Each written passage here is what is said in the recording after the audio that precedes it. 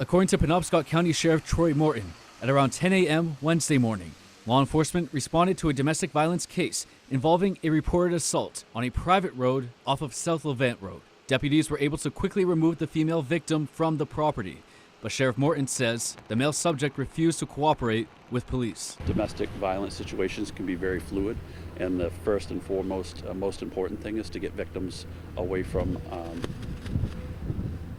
a residence or a situation, and that's what occurred here. It was at this time, Sheriff Morton says the man fired rounds behind the property, and when an attempt at renegotiations were made, another round of gunfire from the suspect followed.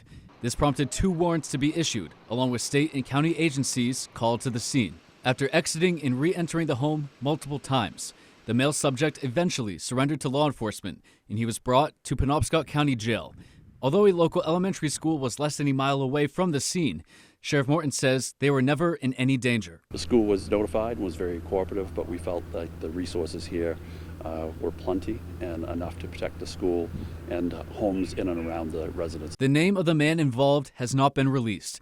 No one was hurt, and the situation was resolved shortly after 6 p.m. Deputies will continue the investigation throughout the evening, obviously recovering evidence from the scene, which would include firearms and or other evidence that may be there. Individual had been taken into custody, was not hurt during the incident, nor were any law enforcement officers. He's been taken to the Penobscot County Jail where he would be processed. In Levant, Doug Banks, ABC 7 and Fox 22 News.